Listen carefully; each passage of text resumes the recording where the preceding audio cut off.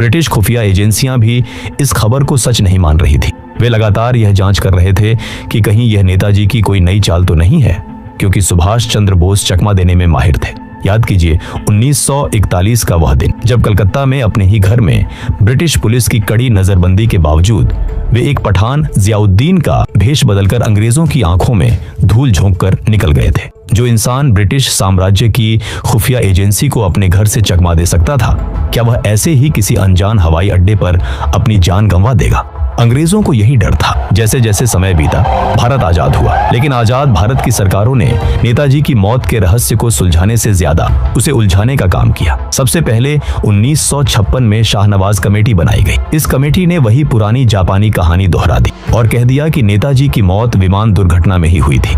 लेकिन इस कमेटी के एक सदस्य, जो खुद नेताजी के बड़े भाई सुरेश चंद्र बोस थे, उन्होंने इस रिपोर्ट पर हस्ताक्षर करने से साफ इनकार कर दिया। उन्होंने आरोप लगाया कि सरकार उन पर दुर्घटना की थ्योरी को मानने का दबाव बना रही है। इसके बाद 1970 में खोसला कमीशन बैठाया गया। इस कमीशन का काम भी पहले से तय कहानी पर मुहर लगाना ही नजर आया, लेकिन असली भूकंप तो तब आया जब 1999 में कलकत्ता हाईकोर्ट के आदेश पर जस्टिस मनोज मुखर्जी की अध्यक्षता में मुखर्जी कमीशन का गठन हुआ। जस्टिस मुखर्जी ने जो जांच की, उसने भारत के इतिहास की चूलें हिला दी। मुखर्जी कमीशन ने सिर्फ कागजों तक अपनी जांच सीमित नहीं रखी, बल्कि वे खुद ताइवान गए।